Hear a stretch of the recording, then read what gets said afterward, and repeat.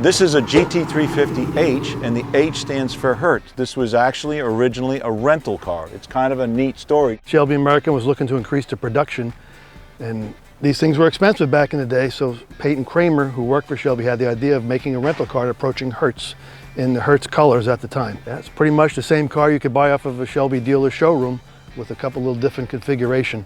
They ordered 1,000 of them.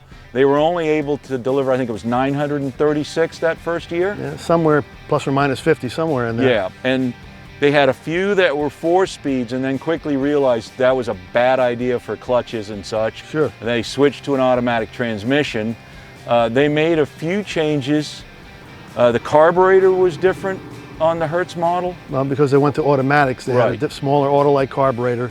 They had a different master cylinder because you needed 2 feet to stop these things. Yeah, and a 66 Shelby's great brakes, but a lot of pedal pressure, and renters complained, so they made it a little easier to stop. Absolutely. So tell us, how long have you had this car? I bought this car in 1979 and paid $5,900 for it. Wow. Which that was a fortune back then. Yeah, that was a lot of.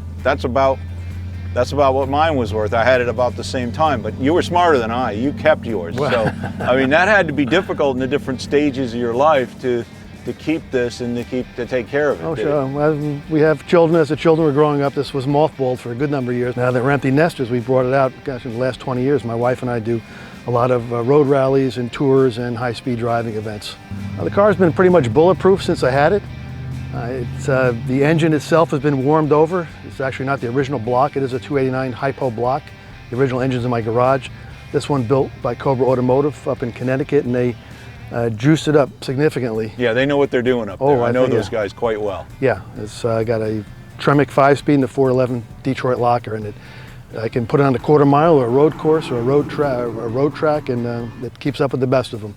Yeah, these originally had a 389 final drive. I think the automatics had a 3.5, or you're running 60 miles an hour, you could be turning 4,000 or 5,000 RPM. That gets uncomfortable. Absolutely. So that's a real good move for touring. It looks like you've changed the seats too, a little more comfortable, a little safer. Well, some of the tracks require shoulder harnesses and safety and comfort. Upgraded the tires, upgraded the seats. Any of the major modifications are all bolt-in. The 3 other options that we added were electronic ignition, because I don't have to worry about points burning out after a couple high RPM blasts, aluminum radiator, because these things have a tendency to run hot, and an oil cooler for the high RPM, the high-speed driving events. Makes all the difference in the world. Have all the original parts tucked away should I ever want to restore it down the road, but we're just having too much fun with it. Yeah, it's a shame to have this thing just at shows when you can have so much fun. I met Carroll Shelby once. He said he didn't build them to sit in the garage or museums. They get out there and drive them, they break, fix them, and drive them some more. Yeah.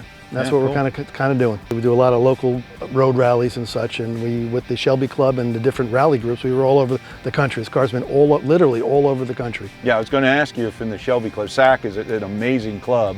Most of the Shelby American high-speed driving events in the past 35 years, we've been at Pocono, Charlotte, Lime Rock, Nashville, Sonoma. We've got Pitt Race.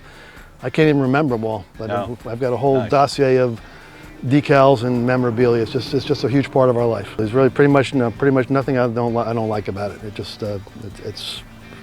just a joy. Well, I want to thank you for bringing the car. It's beautiful. I got a soft spot in my heart for these, and if you like this sort of stuff, go to our website, classicmotorsports.com, and please like and subscribe to our channel.